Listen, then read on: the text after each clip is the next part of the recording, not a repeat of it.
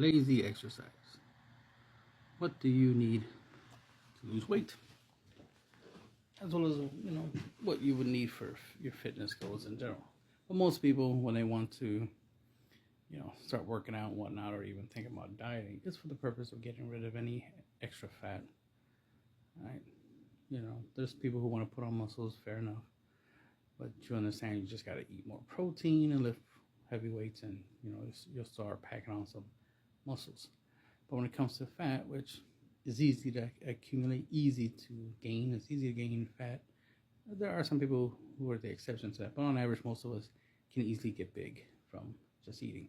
So that's why you have to understand what a calorie deficit is, because ironically, most people don't know what a calorie deficit is. They think they know. They try to argue with me that they know, but when they argue with me, they're always saying that exercising is not part of it, and it's like that is the total opposite. That is definitely not what a calorie deficit is. So there's two parts to a calorie deficit. The first part you have to understand about a calorie deficit is calories, specifically the calories you put into your body. So what you eat. So if you eat 3,000 calories a day worth of food, well, there's 3,000 calories. That's your intake. But let's say you do nothing all day, and on average you burn close to 1,500 calories a day, but you ate 3,000 calories, which means half of what you ate was used for you to do nothing, ironically, all day. Just sit on your ass and watch TikTok videos, right? So what's going to happen with the remaining 1,500 calories? Is it going to disappear?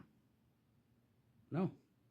It's going to be stored. Your body's going to hold on to it, for later, for a rainy day, in case you spend another day sitting on your ass doing nothing. But maybe you forgot to eat. Well, good thing we have 1,500 calories that we saved from last time. From last time when you did eat, right? And that's how your body thinks. That's how your body functions. So then you have to understand that, okay, well, if the goal is to get rid of all this extra calories that we are holding on to, that we consumed and ate and stored, months and months and years, in advance, in our past, it's like, okay, well, I got definitely 2 years worth of calories that I don't need anymore, so it's time to get rid of them, right? So how do you get rid of them? Definitely it's not just, sitting on your ass and eating a whole lot of calories, obviously. The idea is to eat less calories than you burn. So if you're going to do nothing, which ironically most people think that a calorie deficit, all it is just you eat less calories, and that's it. Like that's part of it. The other part is the burning part. Can you burn 1,500 calories a day doing nothing? That is something you can do. Technically, you're not doing nothing because you're breathing, right? Your heart's racing, your body's functioning. You're probably moving around. You're moving your hands and stuff. Tell you what, when you're holding your phone, ironically, that's isometric exercise, ironically.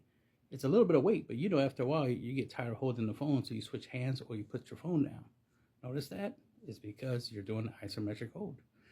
Your muscles are doing some work. Light work, but work nonetheless, and that's the whole point.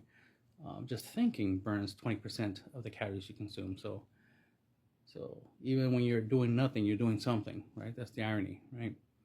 Walking is exercise, right?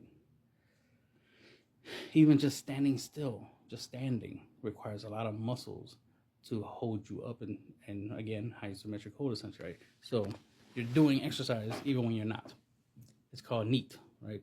Not known as non-exercise activity, something. I forgot the rest. Sorry, but you get the idea. It's like you will burn calories even if you don't work out. The thing is, if you're interested in losing a lot of fat quickly, or at least you want to be able to control how much fat you're burning off, then that's where the counting the calories, that's where the cardio comes in.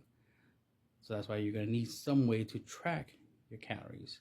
So a fitness track will be something you'll need to help you, count your steps.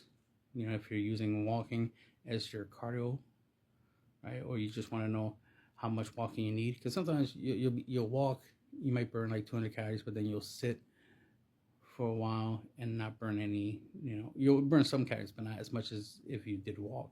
So if you stood up again and walked for like another 10 minutes, you would burn way more calories. But most people don't think that. But if you have a fitness tracker, especially if you have a fitness tracker that has a setting where it'll alarm you like every 10 minutes for you to stand up and start walking, or every hour, it'll beep and it's like, oh, time to do my 10-minute walk. Just walk for 10 minutes, which would be roughly 1,000 steps, right? So that way you can be active and burn some extra calories that you normally wouldn't if you just sat on your ass all day.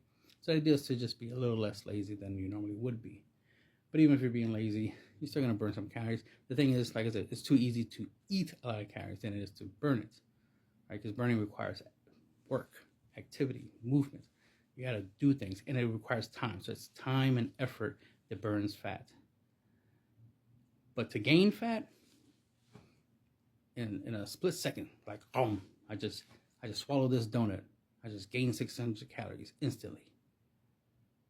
That's like what 1/5 of a pound of fat right there. I'm starting to stack up, because it's 3,500 calories for 1 pound of fat. 600 calories is essentially 1/5 of 3,500, right? So, I'm 1/5 away from gaining a pound of fat. So I don't want to do that, right? I don't want to eat. I don't want to drink stuff that just will make me fat. So if anything, I should eat stuff that does the opposite. And I definitely should be eating a lot less. A lot less calorie, not necessarily a lot less food. This is why I recommend some people is like, eat half of what you normally eat, right? Or look for healthy alternatives, right? So for example, eating a hamburger instead of a cheeseburger, because the cheese is just adding extra calories.